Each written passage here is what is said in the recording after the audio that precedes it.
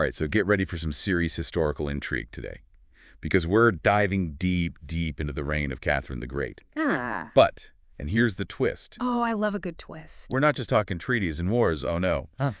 You guys sent in this YouTube video, and it analyzes Catherine through, get this, the Enneagram. Okay, color me intrigued. I'm listening. Right.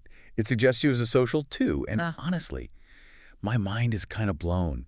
Expert, personality tests, and like centuries-old monarchs. It's a wild combo, right? It's definitely a unique approach. Got to give you that. Makes you rethink these figures we think we know, you know.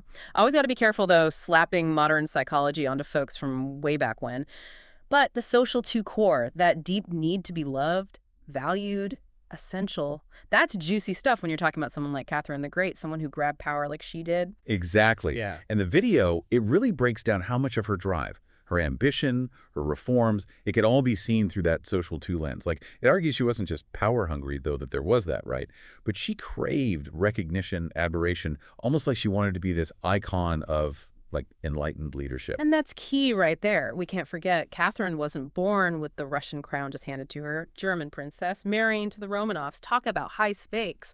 The fact she navigated that court, took power for herself. Speaks volumes about ambition, sure, but also her social game. The Enneagram nails that part, for sure. Okay, but it wasn't all power grabs, was it? Yeah. There's a social 2 generosity to consider. Yeah. Like, the video points to her reforms, the schools for girls, pretty radical for the time, right? Yeah. Evidence of that need to help, to be needed. 100%. And here's where it gets interesting. That social 2, desire to be loved, to be the good one, it can drive real change, real altruism, absolutely.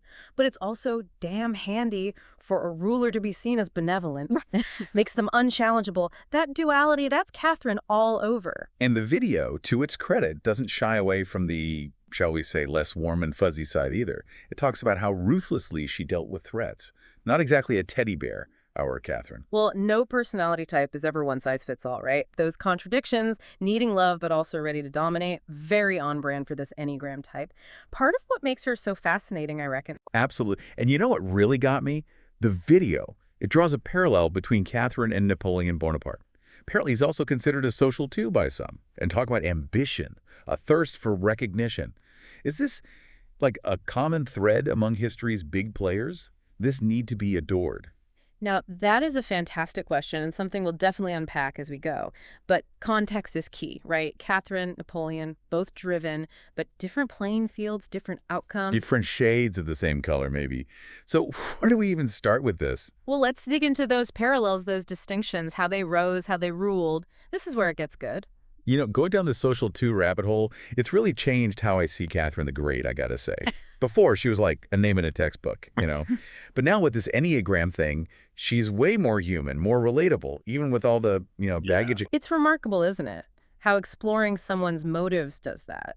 It's easy to judge, especially historical figures, just on what they did, the outcomes. But then you think about their personality, what they desired, even their fears.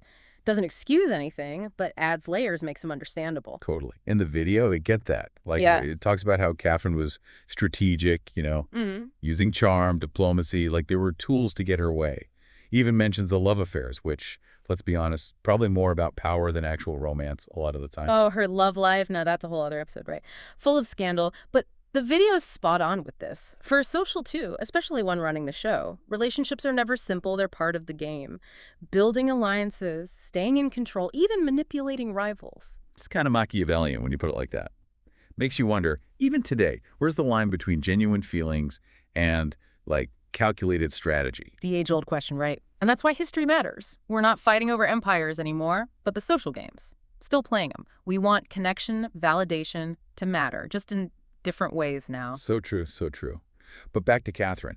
Does this whole Enneagram thing, does it change how we see what she left behind? Her legacy? Like, if some of it, even a little, was driven by this need to be loved, admired, does that matter? Now you're getting to the heart of it. And honestly, there's no easy answer. Different folks will argue different sides. Some will say, hey, motivations aside, she modernized Russia, expanded it, supported the arts. That's history. But then, if we see this need for validation in her, it makes you question the cost of it all, Were her choices always for her people, or was it about securing her own legacy, being Catherine the Great? It's like that saying, road to hell, paved with good intentions. Yeah.